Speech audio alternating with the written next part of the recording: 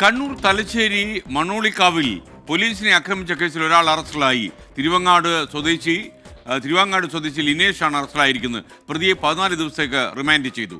സജോ ദേവസ്യ കണ്ണൂരിൽ നിന്ന് ചേരുന്നു. സജോ, പ്രൈം ടൈമിലേക്ക് താങ്കൾക്ക് സ്വാഗതം. സജോ, ഏത് സാഹചര്യത്തിലാണ് ഈ അറസ്റ്റ് നടന്നിരിക്കുന്നത്?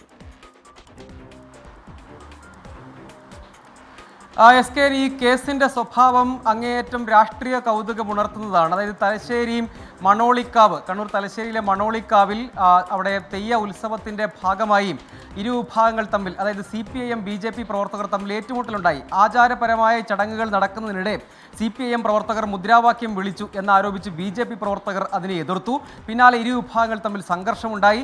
ആ സംഘർഷം തടയുന്നതിന് വേണ്ടി അങ്ങോട്ടേക്ക് തലശ്ശേരി പോലീസ് സ്റ്റേഷനിൽ നിന്നുള്ള പോലീസ് സംഘം എത്തുന്നു. അവർ ഇരു വിഭാഗത്തെയും ബലം പ്രയോഗിച്ച് നീക്കം ചെയ്യാൻ ശ്രമിക്കുന്നു.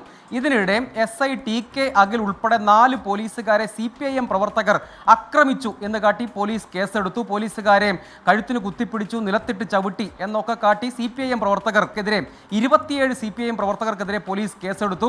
പിന്നാലെ ഈ CPIM പ്രവർത്തകരായ പ്രതികളെ അറസ്റ്റ് ചെയ്യുന്നതിന് പോലീസ് ശ്രമിച്ചു. അതോടുകൂടി വീണ്ടും സംഘർഷമുണ്ടായി. കുറച്ച് പോലീസുകാരെ CPIM പ്രവർത്തകർ പൂട്ടിയിട്ടു. ഇതിനിടെ ഈ കേസിലെ പ്രതിയായ CPIM പ്രവർത്തകനെ കസ്റ്റഡിയിലെടുക്കാനുള്ള നീക്കവും CPIM പ്രവർത്തകർ സംഘം ചേർന്ന് തടയുകയും ആ ബലം പ്രയോഗിച്ച് പോലീസ് കസ്റ്റഡിയിൽ നിന്ന് ഇയാളെ മോചിപ്പിക്കുകയും ചെയ്തു. ഈ സംഭവത്തിൽ 55 CPIM പ്രവർത്തകർക്കെതിരെ പോലീസ് കേസെടുക്കുന്ന സാഹചര്യം ഉണ്ടായി. അതായത് ആഭ്യന്തര വകുപ്പ് ഭരിക്കുന്ന മുഖ്യമന്ത്രിയുടെ പാർട്ടിയായ CPIM-ഉം പോലീസും തമ്മിൽ ക്ഷേത്രോത്സവത്തിന്റെ ഭാഗമായി ഉയർന്ന രാഷ്ട്രീയ സംഘർഷത്തിൽ പരസ്പരം ഏറ്റുമുട്ടുന്ന സാഹചര്യം ഉണ്ടായി എന്നതാണ് ഇതിലെ ഏറ്റവും പ്രാധാന്യം അർഹിക്കുന്ന കാര്യം. അതിന് പിന്നാലെ പോലീസിനെ തടഞ്ഞു വെച്ച, പോലീസിനെ ആക്രമിച്ച, കസ്റ്റഡിയിൽ നിന്ന് ബലം പ്രയോഗിച്ച് പ്രതിയെ മോചിപ്പിച്ച ആളുകളെ അറസ്റ്റ് ചെയ്യാൻ ഉള്ള നീക്കത്തിലേക്ക് പോലീസ് കടന്നു. അങ്ങനെയാണ് തിരുവങ്ങാട് സ്വദേശിയായ ലിനേഷിനെ പോലീസ് അറസ്റ്റ് ചെയ്തിട്ടുള്ളത്. ആകെ ഒരു 55 CPIM പ്രവർത്തകർക്കെതിരെയാണ് ഇതിൽ മാത്രം. അതിന് ആദ്യത്തെ സംഘർഷത്തിൽ പോലീസുകാരെ ആക്രമിച്ച കേസിൽ 27 CPIM പ്രവർത്തകർക്കെതിരെ കേസെടുത്തിട്ടുണ്ട്. ലിനേഷിനെ അറസ്റ്റ് ചെയ്തതിന് പിന്നാലെ കോടതിയിൽ ഹാജരാക്കുകയും റിമാൻഡ് ചെയ്യുകയും ചെയ്തിട്ടുണ്ട്. അതേസമയം മുഴുവൻ CPIM പ്രവർത്തകരാണുള്ളത്. അവരുടെ തുടർ അറസ്റ്റുകൾ ഉണ്ടാവണം. നേരത്തെ SI TK അഖിലും മറ്റ് CPOമാരും 3 CPOമാരും അടക്കം പരിക്കേറ്റ് അവർ ആശുപത്രിയിൽ ചികിത്സ തേടുന്ന അടക്കമുണ്ടായി.